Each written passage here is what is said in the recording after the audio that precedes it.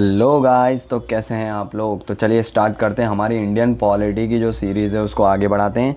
And let me repeat again, हम यहाँ पर क्या कर रहे हैं, इंडियन पॉलिटी की लेटेस्ट जो 7th एडिशन है, किसकी ऑथर, तो ऑथर हैं एम लक्ष्मीकांत सर। इनकी लेटेस्ट 7th एडिशन है इंडियन पॉलिटी की, उसको हम यहाँ पर क्या कर रहे हैं, ग्रेटर डिटेल में कवर कर रहे हैं। ऑलरेडी हम 1 to 17 चैप्टर ग्रेटर डिटेल में देख चुके हैं। इसके अंदर हमने मोर देन 50 लेक्चर्स कंडक्ट किए हैं ग्रेटर डिटेल में लेटेस्ट अपडेट के साथ, जो कि आपको इसी चैनल्स पे देखने को मिलेंगे। और एंटायर कंप्लीट इंडियन पॉलिटी की प्लेलिस्ट भी आपको इसी चैनल पे देखने को मिलेगी। मैं डिस्क्रिप्शंस में भी लिंक आपको शेयर कर दूंगा। अगर आपको 1 to 17 चैप्टर्स में कोई भी आपको क्या होते हैं, कोई भी कन्फ्यूज़न होती है regarding any chapters, any provisions, then you can refer this playlist, जो कि मैं शेयर करने वाला हूँ डिस्क्रिप्शन बॉक्स में। ऑलराइट। और प्रेजेंटली जो हमारा चैप्टर गोइंग ऑन है वो है चैप्टर 18, जिसका टाइटल है प्रेसिडेंट। प्रेसिडेंट के लिए भी हमने लास्ट लेक्चर्स के अंदर देखा था कि what are the power of the president, how the elections of the president can be conducted, what are the constitutional provision regarding the president. साथ ही साथ हमने देखा था what are the values of the vote for the MLAs, values of the vote of the MPs, electoral quota कितनी requirement होती है एक प्रेसिडेंट ऑफ इंडिया इलेक्ट करने के लिए। ये सारी चीज़ें हमने ग्रेटर डिटेल में डिस्कस की थी। उसके बाद हमने देखा था क्वालिफिकेशंस, कि क्या क्या क्वालिफिकेशंस होती है to become the president of India. ये सारी चीज़ें हमने लास्ट लेक्चर में डिस्कस की थी ऑफ द चैप्टर 18। आज हम उसी लेक्चर्स को क्या करेंगे, आगे बढ़ाएंगे, नेक्स्ट टॉपिक्स देखेंगे with in the president of India, और जो कि होने वाला है हमारा ओथ और affirmation by the president. Meaning क्या होता है, ओथ जो है जनरली क्या होती है, जो लोग बिलीव करते हैं, जो बिलीवर हैं इन द रिलीजन, उनको वो लोग क्या करते हैं, जो भी प्रतिज्ञा लेते हैं उसको ओथ कहा जाता है। ऑन द अदर हैंड जो लोग क्या है, एथिस्ट होते हैं, क्या होते हैं, एथिस्ट यानी कि नास्तिक, हूँ does not believe in the religion, उनके लिए क्या होती है, अफर्मेशन होती है। उनके लिए जो प्रतिज्ञा होती है वो क्या होती है, उनको अफर्मेशन कहा जाता है। तो ये दोनों चीज़ें कहीं ना कहीं क्या है, अगर रिलीजन में बिलीव करते होंगे कोई भी प्रेसिडेंट जो इलेक्ट हुए हैं तो वो ओथ लेंगे, या फिर नहीं तो वो अफर्मेशन लेंगे। कौन, प्रेसिडेंट ऑफ इंडिया। तो before entering into the office, he or she, that is the president of India, make and subscribe the oath or the affirmations। वो जब भी oath और affirmation लेते हैं यानी कि प्रतिज्ञा लेते हैं तो क्या बोलते हैं, to faithfully execute the office, to preserve, protect and defend the constitution and the law. Most important है to preserve, protect and defend the constitution, ये भी कहा जाता है उनके द्वारा, और ओथ ली जाती है। साथ ही साथ to faithfully execute the office, to devote himself to the service and the wellbeing of the people of India. ये तीनों इंपॉर्टेंट चीज़ें क्या बोली जाती है, जब भी प्रेसिडेंट ऑफ इंडिया ओथ लेते हैं या फिर अफर्मेशंस लेते हैं तब ये तीनों चीज़ें बोलते हैं, जिसमें से second one, to protect, preserve and defend the constitution of India and the law, most important है, क्योंकि ये जो सेंटेंस है जनरली प्रेसिडेंट ऑफ इंडिया के ही ओथ में आते हैं। शेड्यूल्स भी देखेंगे हम, शेड्यूल्स के अंदर भी ये ओथ मेंशंस हैं। ऑलराइट। इसके बाद क्या देखने को मिलता है, ये जो ओथ ऑफ द ऑफिस है टू द प्रेसिडेंट, ये एडमिनिस्ट्रेड इनको कौन कराता है, तो ये ओथ कौन दिलवाता है, तो वो दिलवाते हैं chief justice of India. Presently हमको देखने को मिल रहा है DY चंद्रचूड़। ये क्या करते हैं, chief justice of India president को क्या दिलाते हैं, ओथ दिलाते हैं। अगर वो एब्सेंट होते हैं तो सीनियर मोस्ट जज ऑफ द सुप्रीम कोर्ट वो क्या कराते हैं, ओथ दिलाते हैं। To whom, to the president of India. और any other person acting as a president or discharging the functions of the president also undertake the similar oath or the affirmation. कोई और person अगर क्या कर रहा होगा, प्रेसिडेंट की office जो है होल्ड कर रहा होगा, तो उसे भी क्या करना होगा, अपने फंक्शंस को परफॉर्म करने से पहले, ऑफिस में एंटर होने से पहले क्या करना होगा, ओथ या अफर्मेशन लेनी होगी। ऑलराइट। तो ये कुछ हमें सेंटेंसेस देखने को मिलते हैं, कौन दिलाते हैं chief justice of India oath president को, ये सारी चीज़ें कुछ देखने को मिलती है, ओथ एंड अफर्मेशंस। इसके बाद हम बात करें conditions of the president's office. What are the conditions for the president office, क्या क्या उनको एम्यूलमेंट मिलते हैं, क्या क्या उनको क्या देखने को मिलती है, इम्यूनिटीज़ देखने को मिलती है, ये सारी चीज़ें बात की गई। द कॉन्स्टिट्यूशंस क्या करता है, ले डाउन करता है the following condition to the president office. क्या क्या कंडीशंस है प्रेसिडेंट ऑफिस के लिए। फर्स्टली क्या है, ही or she should not be a member of either house of the parliament और द स्टेट लेजिस्लेचर। ये तो पहले भी था, ऑलरेडी हमने देखा था, प्राइम मिनिस्टर्स के लिए भी यही कंडीशंस है और कोई भी कॉन्स्टिट्यूशनल पोस्ट के लिए भी ये कंडीशंस तो जनरली है ही। तो प्रेसिडेंट बनने के लिए क्या होना चाहिए, आप ना ही MP होने चाहिए और ना ही MLA होने चाहिए। साथ ही साथ if any such a person is elected as a president he or she is deemed to have vacated his or her seat in that house on the date on which he or she enter upon the office of the president. अगर कोई MP MLA होता भी है, उसने president के election लड़े और वो इलेक्ट हो गया, तो उसकी ये वाली जो पोस्ट है MP MLA इसकी, वो डीम्ड यानी कि क्या जैसे ही वो ऑफिस के अंदर एंटर करेगा उसके बाद तो ये जो है पोस्ट ऑलरेडी क्या है, खाली गिन ली जाएगी। बोले ये पोस्ट जो है वो प्रेसिडेंट ने क्या कर दिए, छोड़ दिए, ऐसा मान लिया जाएगा। It deem to have vacated. इसके अलावा सेकेंड अगर बात करें क्या कंडीशन है, और he should not hold any other office of profit, ये भी यूनिवर्सल है, कोई भी अदर ऑफिस ऑफ प्रॉफिट नहीं होना चाहिए, कोई जॉब नहीं होनी चाहिए in the central government, state government, municipal corporation, public, कोई भी PSUs यानी कि पब्लिक सेक्टर अंडरटेकिंग्स के अंदर भी कोई ऐसी जॉब वगैरह नहीं होनी चाहिए। और he or she is entitle without payment of the rent to the use of his or her official resident, यानी कि राष्ट्रपति भवन दिल्ली में देखने को मिलता है हमें रॉयल सीमा हिल के ऊपर, उसको क्या है बिना रेंट वो क्या कर सकते हैं, यूज़ कर सकते हैं, क्योंकि उनकी ऑफिशियल रेजिडेंसी है। साथ ही साथ he is entitle to such emolument allowance and the privileges उनको देखने को मिलते हैं, जो कि पार्लियामेंट डिसाइड करती है। पार्लियामेंट ने जो डिसाइड करता है वो उनकी सैलरीज़ है, पेंशनस है, एम्यूलमेंट्स है, सारी फैसिलिटीज़ है, सिक्योरिटीज़ है, वो सारी चीज़ें कहीं ना कहीं क्या है पार्लियामेंट जो डिसाइड करती है उसके अकॉर्डिंग ही देखने को मिलती है। और ये जो एम्यूलमेंट्स दिए जाते हैं, एक बार अगर इलेक्ट हो गए वो, और वो एम्यूलमेंट को चेंज नहीं किया जा सकता जब तक वो अपने ऑफिस में हैं, क्योंकि ऑब्वियसली अगर ऑफिस में हैं और उनकी सैलरी को अगर 5 लाख से घटा के 4 लाख कर दोगे तो ऑब्वियसली वो क्या हो जाएंगे, इन्फ्लुएंस में आ जाएंगे। हो सकता है गवर्नमेंट को इन्फ्लुएंस करने लगे ताकि गवर्नमेंट वापस से उनकी सैलरी बढ़ा दे। तो ये चीज़ें ना हो, इसीलिए ये जो सैलरी अलाउंसेस एम्यूलमेंट जो हैं वो एक बार अगर डिसाइड कर दिए तो वो इंसान इलेक्ट होके आ गया, उसके बाद डिसाइड हो चुके हैं ऑलरेडी, तो जब तक वो ऑफिस में है तब तक क्या है वो चीज़ें चेंज नहीं की जा सकती। और 2018 के अंदर क्या देखने को मिलता है हमें कि पार्लियामेंट ने क्या किया, क्योंकि पार्लियामेंट के पास है पावर एम्यूलमेंट चेंज करने की, तो सैलरी जो प्रेसिडेंट की थी उसको 1.5 लाख से बढ़ा के कितना कर दिया, 5 लाख, 5 लाख पर मंथ। तो सिंस 2018 हमें देखने को मिलता है प्रेसिडेंट की सैलरी जो है वो 5 lakh per annum 5 lakh per month देखने को मिलती है, जो कि पहले कितनी थी, 1.5 लाख पर मंथ देखने को मिलती थी। अर्लियर इन 2008 की बात करें, 2008 और उससे पहले पेंशन की बात करें हम प्रेसिडेंट की, तो क्या थी, 3 लाख देखने को मिलती थी, वो भी पर एनम, 3 लाख वो भी पर एनम देखने को मिलती थी, जिसको इंक्रीज़ करके क्या कर दिया गया, अराउंड 50% ऑफ हीज़ और हर सैलरी पर मंथ कर दिया गया। यानी कि पेंशन भी इनको, इनकी जो लास्ट सैलरी है उनकी जो सैलरी है उसकी 50% उनको पेंशन मिलेगी। ये भी चीज़ें 2008 के बाद क्या की गई, चेंज कर दी गई। इसी के साथ साथ जो फॉर्मर प्रेसिडेंट है जो रिटायर हो चुके हैं और रिमूव कर दिए जा चुके हैं, तो the former president are entitle to furnish the, उनको अपनी रेजिडेंस मिलेगी, उनको फ़ोन फैसिलिटीज़ मिलेगी, कार की facility, medical treatment, travel facility, secretariat staff है उसको गाइड करने की facility, and other expenses up to the 1 lakh per month per annum, यानी कि 1 लाख तक भी जो रिटायर प्रेसिडेंट ऑफ इंडिया वो ये सारी facilities up to 1 lakh per annum यानी पर ईयर क्या कर सकते हैं, इंजॉय कर सकते हैं। और उनके कोई स्पाउस भी हैं प्रेसिडेंट के, तो वो भी क्या है, एंटाइटल है। अगर प्रेसिडेंट की क्या होती है, फॉर्मर प्रेसिडेंट की अगर कोई डेथ वगैरह हो जाती है, डिजीज़ हो जाते हैं वो, तो उनके जो स्पाउसेज हैं यानी कि उनकी वाइफ है या फिर हस्बैंड है, in case the president is female, तो क्या होगा, उनकी फैमिली पेंशन जो है ना वो अगेन 50% जो है ना सैलरी की क्या मिलेगी, उनको पेंशन्स मिलेगी। और साथ में वो सारी फैसिलिटी जैसे कि रेजिडेंट की फ़ोन की फैसिलिटी, कार हो गया, मेडिकल ट्रीटमेंट हो गया, ट्रैवल फैसिलिटी, सेक्रेटरीट स्टाफ, ये सारे expenses up to 20,000 per annum तक वो क्या कर सकते हैं, एंजॉय कर सकते हैं। स्पाउस के लिए 20,000 पर एनम, जबकि प्रेसिडेंट खुद है तो 1 लाख पर एनम के समथिंग एंजॉयमेंट किया जा सकता है। इसके अलावा कुछ और कंडीशन की हम बात करें तो president is entitle to a number of privileges and immunities, उनको मिलती है, कॉन्स्टिट्यूशन इटसेल्फ प्रिस्क्राइब दिस। जैसे कि अगर हम बात करें उनको पर्सनल इम्यूनिटीज़ मिलती है कोई भी क्रिमिनल केसेस से, अगर उनके खिलाफ कोई भी क्रिमिनल केसेस है तो जब तक वो अपनी ऑफिस में हैं, वो ऑफिशियल वर्क के थ्रू होता है या उनके पर्सनल वर्क के थ्रू होता है, कोई भी ऐसा क्राइम करते तो उनके खिलाफ प्रोसीडिंग नहीं की जा सकती। हाँ ऑब्वियसली फिर क्या किया जाएगा, हो सकता है उनको उनकी पोस्ट से रिमूव कर दिया जाए, और जैसे रिमूव किया जाता है फिर उनके खिलाफ क्या होती है, क्रिमिनल प्रोसीडिंग की जा सकती है।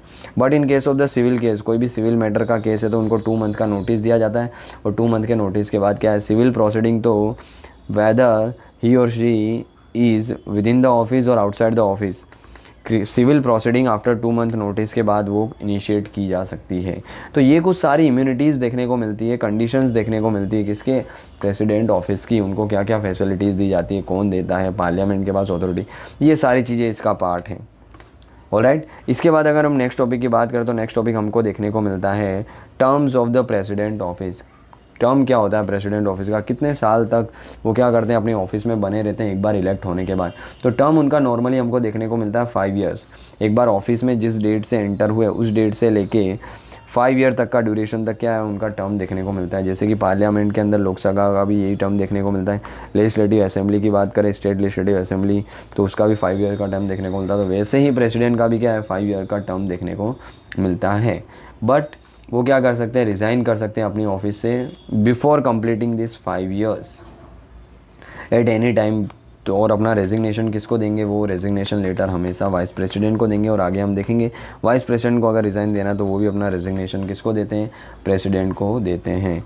ये तो रिज़ाइन हो गए। अगर उनको भी क्या अपनी ऑफिस से रिमूव भी किया जा सकता है। रिमूव करने के लिए एक प्रोसीजर है जिसको बोलते हैं हम लोग इम्पीचमेंट। तो इम्पीचमेंट प्रोसेस के थ्रू क्या है, प्रेसिडेंट को उनके ऑफिस से रिमूव भी किया जा सकता है। अगर रेजिग्नेशन देना हो अपनी वॉलेंटरीली तो वाइस प्रेसिडेंट को रेजिग्नेशन दे सकते हैं। सेम अगर वाइस प्रेसिडेंट को देना हो तो प्रेसिडेंट को रिज़ाइन दे सकते हैं। और प्रेसिडेंट जो है रिमेंबर अपनी ऑफिस पे बियॉन्ड द 5 ईयर भी रह सकते हैं। बियॉन्ड द 5 ईयर रहना मतलब क्या है कि जब तक न्यू सक्सेसर यानी कि न्यू प्रेसिडेंट इलेक्ट होकर नहीं आते तब तक क्या है वो अपनी ऑफिस में रह सकते हैं। अगर बियॉन्ड 5 ईयर भी हो चुका है तो भी अपनी ऑफिस में रह सकते हैं जब तक न्यू प्रेसिडेंट आके वो चार्ज नहीं संभाल लेता ऑफिस का। And he is also eligible for the re election to that office. एक बार क्या हुआ 5 ईयर्स तक, 10 ईयर्स तक बने रहे, उसके बाद अगेन इलेक्शंस में वो खड़े हो सकते हैं और री इलेक्ट भी हो सकते हैं। इसकी क्या है मैक्सिमम सीलिंग लिमिट जैसी कुछ देखने को नहीं मिलती है। नंबर ऑफ टाइम ये चीज़ें की जा सकती है उनके द्वारा। जबकि हमें पता है यूएसए के अंदर यही जो टर्म है फिक्स है, 2 टर्म्स के बाद आप मोर देन 2 टर्म्स जो है वो प्रेसिडेंट ऑफिस को होल्ड नहीं कर सकते। यूएसए में लिमिटेशन है पर हमारे अंदर ऐसी कोई लिमिटेशन देखने को नहीं मिलती है। प्रेसिडेंट मल्टीपल टाइम इलेक्शंस के थ्रू क्या है इलेक्ट किए जा सकते हैं। सेम प्रेसिडेंट भी मल्टीपल टाइम। यूएसए में ये लिमिट क्या देखने को मिलती है, 2 टर्म की देखने को मिलती है। 4 ईयर के 2 टर्म्स देखने को मिलते हैं मैक्सिमम। उसके बियॉन्ड कोई भी प्रेसिडेंट नहीं रह सकता। क्लियर। तो ये कुछ टर्म्स ऑफ सर्विसेज देखने को मिलती है प्रेसिडेंट ऑफिस की कि क्या क्या उनके पास क्या देखने को मिलती है, कब तक वो अपनी ऑफिस में बने रह सकते हैं। अब हमने बात की थी कि प्रेसिडेंट को अगर रिमूव करना है तो एक प्रोसीजर फॉलो की जाती है जिसको इम्पीचमेंट कहा जाता है। ये इम्पीचमेंट होती क्या है, तो फर्स्ट थिंग अगर प्रेसिडेंट को उसकी ऑफिस से रिमूव करना है तो ये प्रोसेस के थ्रू रिमूव किया जा सकता है। कौन से ग्राउंड हो सकते हैं, तो एक ही ग्राउंड है मोस्ट इंपॉर्टेंट ग्राउंड जिसको बोला जाता है वायोलेशन ऑफ द कॉन्स्टिट्यूशन। अगर कॉन्स्टिट्यूशंस का वायलेशंस हुआ तो क्या है प्रेसिडेंट को उनकी ऑफिस से रिमूव किया जा सकता है by the process of impeachment. However ये जो इम्पीचमेंट और वायलेशंस ऑफ द कॉन्स्टिट्यूशंस की बात है तो इनकी मीनिंग जो है कॉन्स्टिट्यूशन में कहीं भी प्रॉपरली डिफाइन नहीं की गई है, खाली फेराज दिया गया है। बाकी मीनिंग को ऐसा कोई कॉन्स्टिट्यूशन में डिफाइन नहीं किया गया है। क्लियर। अब इम्पीचमेंट प्रोसीजर होती क्या है, किस तरीके से ये इनिशिएट की जाती है, तो देखो सबसे पहले इम्पीचमेंट का चार्ज अगर फाइल करना है तो लोकसभा में भी फाइल किया जा सकता है, राज्यसभा में भी फाइल किया जा सकता है। Either of the houses whether it is Lok Sabha और द राज्यसभा, किसी भी हाउस में क्या किया जा सकता है, ये प्रोसेस जो है उसको इनिशिएट किया जा सकता है। और ये चार्ज जो है उसको सबसे पहले इनिशिएट करने के लिए वेदर लोकसभा इन द और the Rajya Sabha at least 1/4 of the member of that house, यानी कि जितनी भी स्ट्रेंथ है उसके 1/4 मेंबर ऑफ दैट हाउस क्या है उस चार्ज को फ्रेम करते होने चाहिए। यानी कि वो रिजोल्यूशन जो है इम्पीचमेंट का उसको सपोर्ट में होने चाहिए।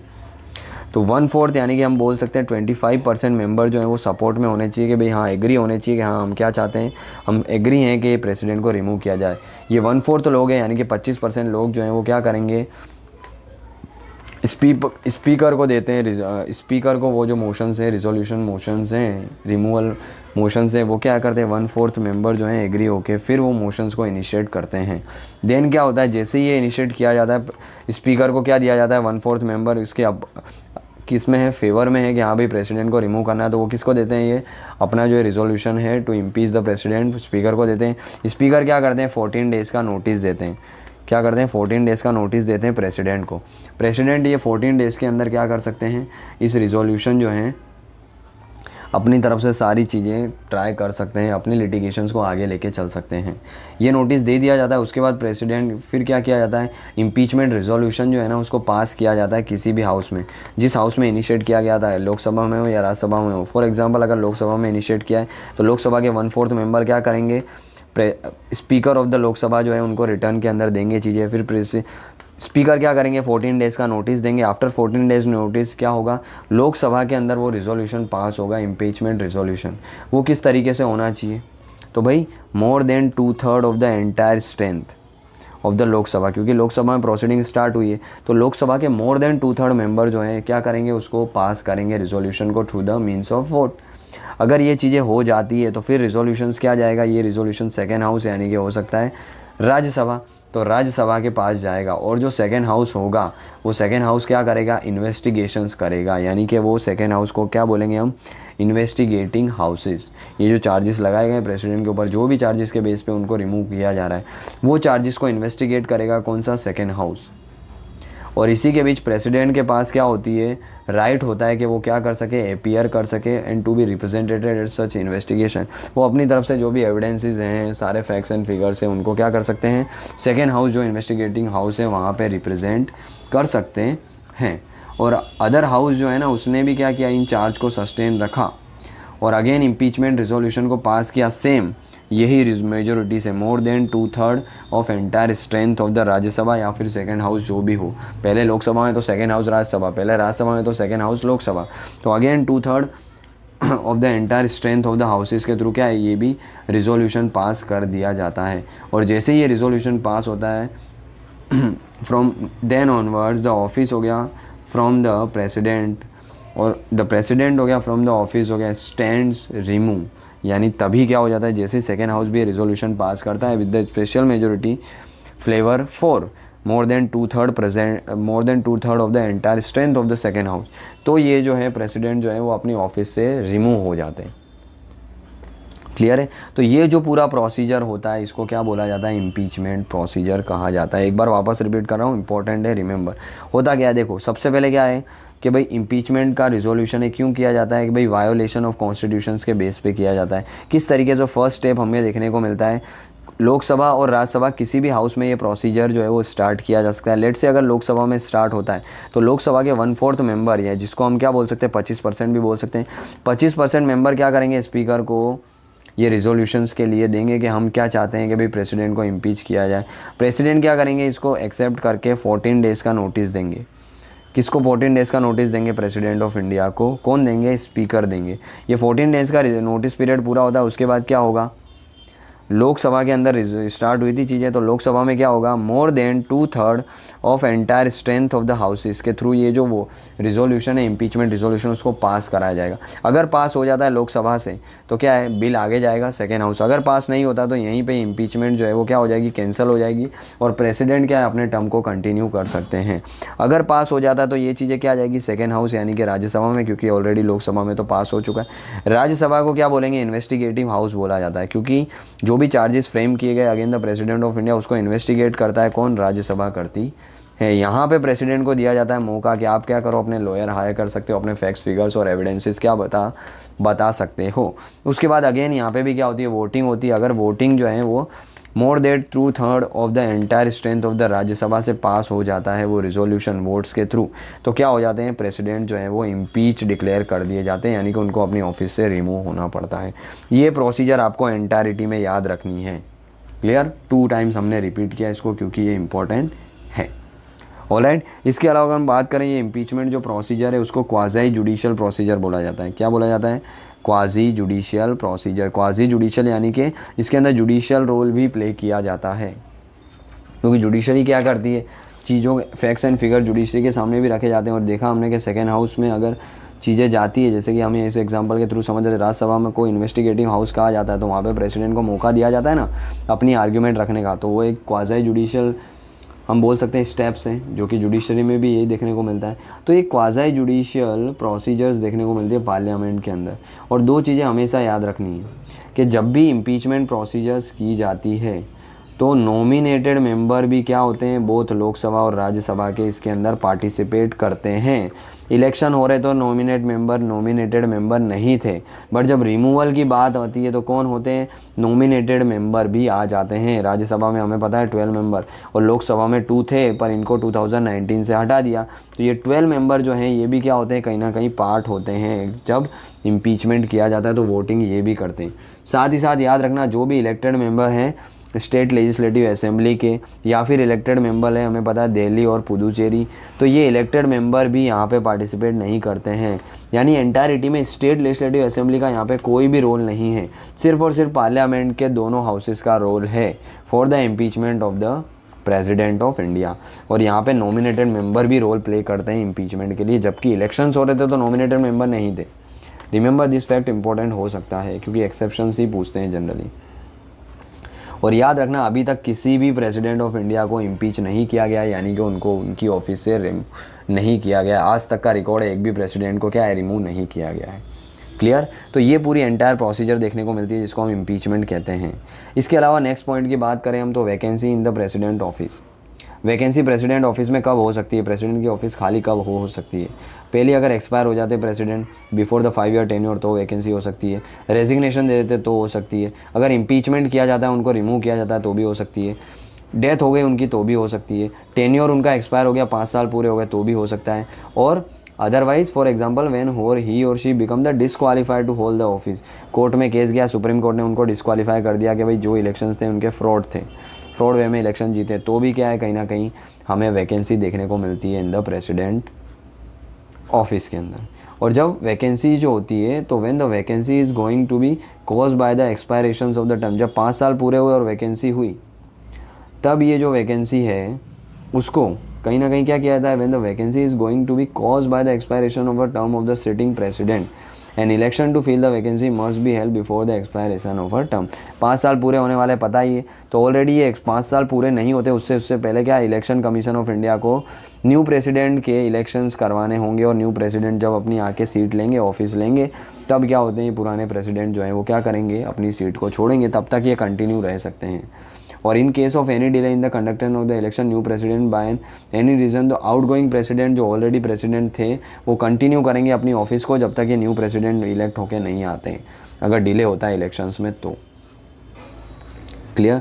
इसके अलावा this is provided by the constitution in order to prevent an interregnums के थ्रू क्या ये चीज़ें प्रोवाइड की जाती है कॉन्स्टिट्यूशंस के अंदर। इस सिचुएशंस में क्या होता है, वाइस प्रेसिडेंट जो है ना does not get the opportunity to act as a president or to discharge the functions of the president.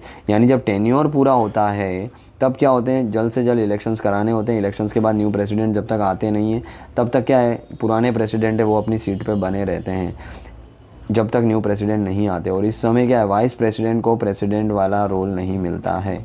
उनको कब मिलता है वो हम आगे देखते हैं। अब if the office fall vacant by the resignation, अगर ऑफिस खाली रहती है by the means of resignation, removal, death और अदरवाइज, तब क्या होगा, ये जो इलेक्शंस हैं ये वैकेंसी के लिए ये 6 मंथ के अंदर अंदर इलेक्शन कमीशन ऑफ इंडिया को कंडक्ट कराने हैं।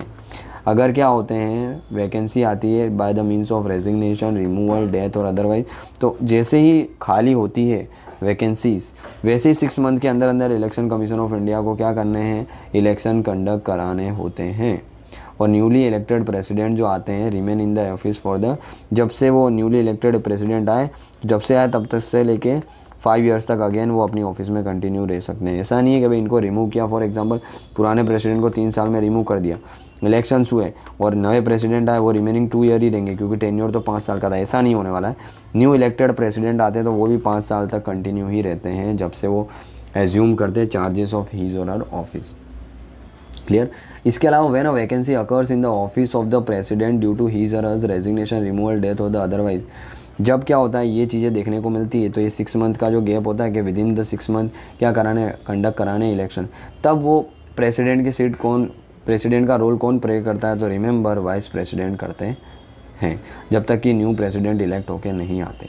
अगर 5 साल पूरा हो रहा था तो रिमेंबर तब वाइस प्रेसिडेंट नहीं आते यहाँ पे बीच में, बट जब रिमूव कर दिया जाता है या एक्सपायर हो जाते हैं वो, या फिर कहीं ना कहीं क्या करते हैं, अपनी फंक्शनल ड्यूटी नहीं परफॉर्म कर पाते, तब आते हैं वाइस प्रेसिडेंट बीच में। क्योंकि 6 मंथ का पीरियड होता है, 6 मंथ के अंदर इलेक्शन होने वाले होते हैं, तो तब तक क्या हो, खाली तो रहेगी नहीं सीट, तो vice president act as a president of India. Clear. और जब president is unable to discharge his or her function due to the absence of the illness or the any other cause, same vice president discharge करते हैं his or her function until the president हो गया resume his office. बीमार वगैरह ही पड़ जाए, कोई छुट्टी पे चले जाए, तब भी वाइस प्रेसिडेंट ही करते हैं act as a president of India. अब वाइस प्रेसिडेंट की सीट भी खाली है, तब कौन करेंगे? तो chief justice of India. Chief justice of India as a president का रोल प्ले करेंगे। और चीफ जस्टिस ऑफ इंडिया की भी सीट खाली है, तो कौन करेंगे? तो सीनियर मोस्ट जज ऑफ द सुप्रीम कोर्ट ये करेंगे। क्या करेंगे? प्रिजाइड करेंगे और एक्ट करेंगे as a president of India.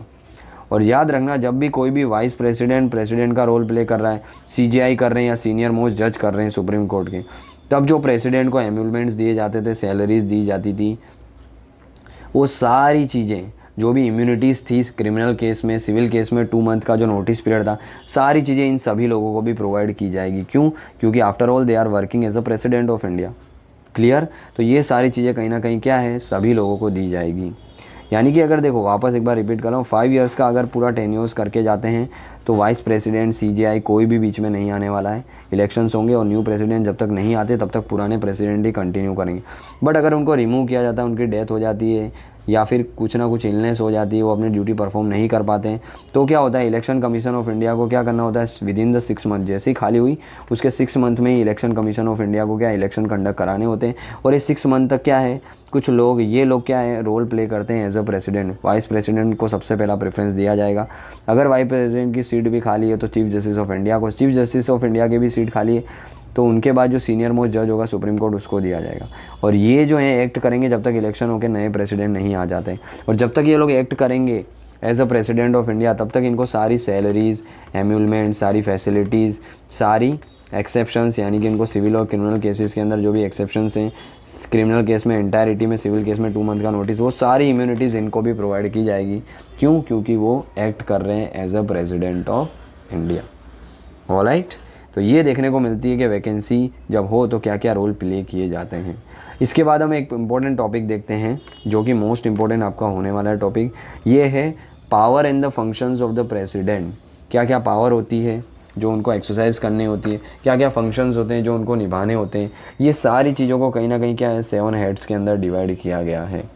Executive power, legislative power, judicial power, financial power, diplomatic power, military power, emergency power, ये सारी पावर कहीं ना कहीं किस के हाथ में देखने को मिलती है, in the hands of president of India. Most important है, अगर आता है आपको क्वेश्चंस मेंस के अंदर, अभी मेंस गोइंग ऑन है, हमें पता है 3rd डे है मेंस का, जिसके अंदर पेपर जीएस पेपर 3 और जीएस पेपर 4 हैं कंटिन्यू। हो कल हमें देखने को मिला जीएस पेपर 1 और जीएस पेपर 2 की एग्ज़ाम हुई, उसके पहले ऐसे का पेपर देखा हमने।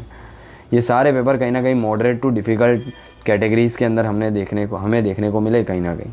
तो वैसे ही क्या है, अगर मेंस में आपसे पूछा जाता है तो ये सारी पावर आपको कहीं ना कहीं मेंशंस करनी है।